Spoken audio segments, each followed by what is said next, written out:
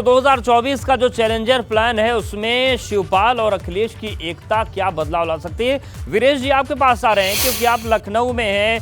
मैनपुरी से लेकर लखनऊ तक की जो सियासी हवा चल रही है उसको करीब से देख रहे हैं, महसूस कर रहे हैं। ये जो बड़ी जिम्मेदारी की बात सामने आ रही है कि अखिलेश यादव ने भी कहा कि शिवपाल को जिम्मेदारी मिलेगी पार्टी में, किस तरीके की जिम्मेदारी मिल सकती है, क्या भूमिका मिल सकती है, इसको लेकर कुछ जानकारी निकल पा रही है क्या? देखिए, अखिलेश यादव ने कहा था कि शिवपाल यादव को भूमिका मिलेगी, जिम्मेदारी मिलेगी, ये नहीं कहा था। उन्होंने कहा था चाचा बड़े हैं तो बड़ी जिम्मेदारी मिलेगी। तीन तरह की जिम्मेदारी का सामने आ रहा है। पहला, यह तो विपक्ष के नेता के तौर पर उन्हें जिम्मेदारी दी जाएगी।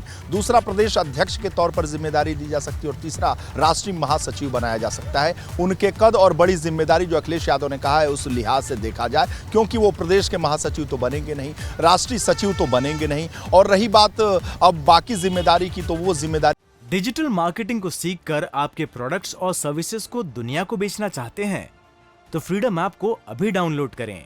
डिजिटल मार्केटिंग का एक्सपर्ट बने। बड़ी तो होती नहीं, उस लिहाज से जो कद है वो प्रदेश अध्यक्ष रह चुके हैं तो वो प्रदेश अध्यक्ष रहेंगे, राष्ट्रीय महासचिव रह चुके हैं तो राष्ट्रीय महासचिव रह सकते हैं, विपक्ष के नेता रह चुके हैं तो विपक्ष के नेता रह चुके हैं।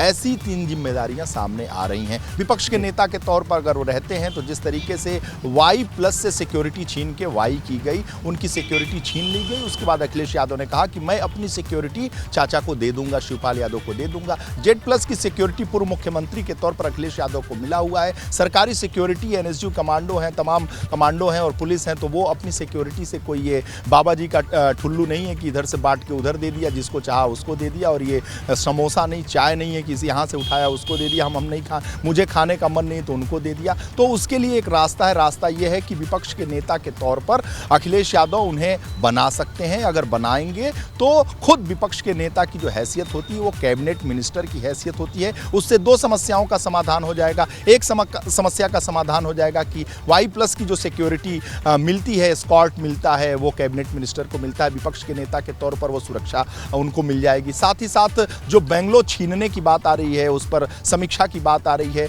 जो शिवपाल यादव को टाइप 6 का बेंगलो मिला हुआ है वो भी कैबिनेट मिनिस्टर को टाइप 6 का बेंगलो मिल जाता है। वो बेंगलो जो सरकार ने दिया हुआ था वो भी नहीं छीनेगा, वो भी बच जाएगा। तो विपक्ष के नेता के तौर पर जो चीज़ उनसे छीनने की संभावना थी वो हो जाएगा। और एक मांग कार्यकर्ताओं की यह है कि जिस तरीके से छोटे नेताजी के तौर पर उन्हें बुलाया गया है अखिलेश यादव को, तो छोटे नेताजी यानी बड़े नेताजी मुलायम सिंह यादव शीर्ष की राजनीति करते थे, दिल्ली की राजनीति करते थे, बड़ी राजनीति करते थे। अखिलेश यादव अब दिल्ली की राजनीति करें और जो छोटी राजनीति है, प्रदेश की राजनीति है, क्षेत्रीय राजनीति है, जिले की राजनीति, यानी कि बहुत बड़े प्लान पर काम हो सकता है, तस्वीर सामने आ सकती है। प्रशांत जी, ये आपने सुन लिया वीरेश जी जो बता रहे हैं, तो एक बड़ी रणनीति, बड़ी टक्कर देखने को 2024 मिलेगी। ये तमाम चीजें सामने आ रही है, इसीलिए हम आपसे सवाल पूछ रहे हैं कि रणनीति बदलने की जरूरत पड़ेगी क्या? थोड़ा असर तो होगा।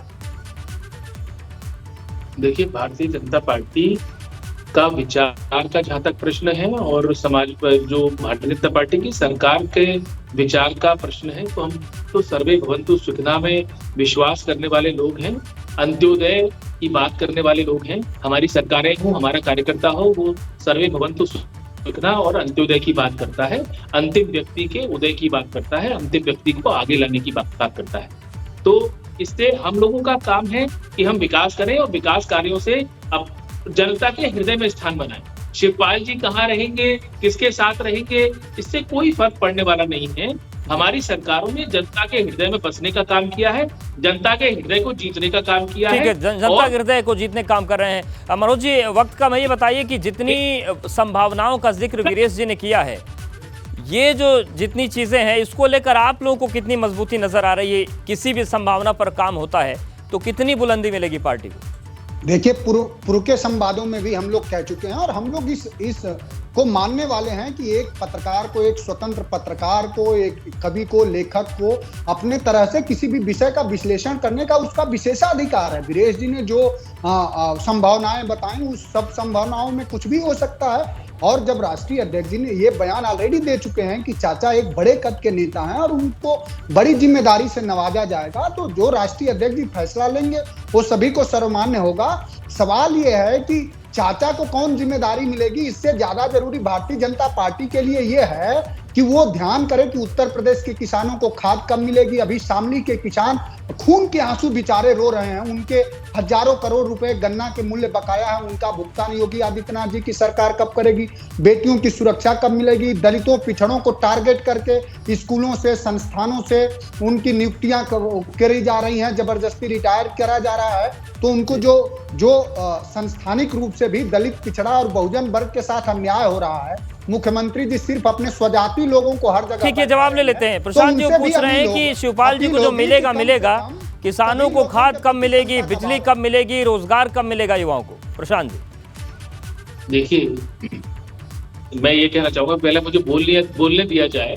मनोज काका जी से मैं अनुरोध करूंगा कि बीच में ना बोले। मित्र, कौन बोलने से आपको रोक सकता है? ठीक है मनोज जी, बोल लेने दीजिए, आपको सुन लेते हैं। कोई बोलने से आपको रोक सकता है? आप तो मुकदमे करा देंगे, पत्रकार सच दिखाएगा तो उसे जेल भेजवा देंगे।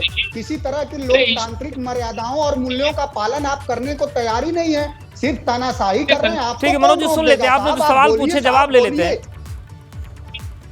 जी प्रशांत जी, एक मुंह दिया है दो काम किए, उसका संदेश समझिए ईश्वर का। वो कह रहा है कि 2 बार सुनिए 1 बार बोलिए। आप 6 बार बोल के 1 बार नहीं सुनना चाहते तो सुन तो लीजिए।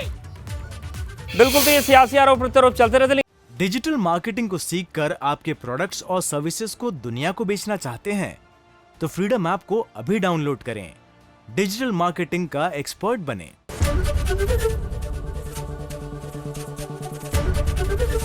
एबीपी गंगा, खबर आपकी, जुबान आपकी।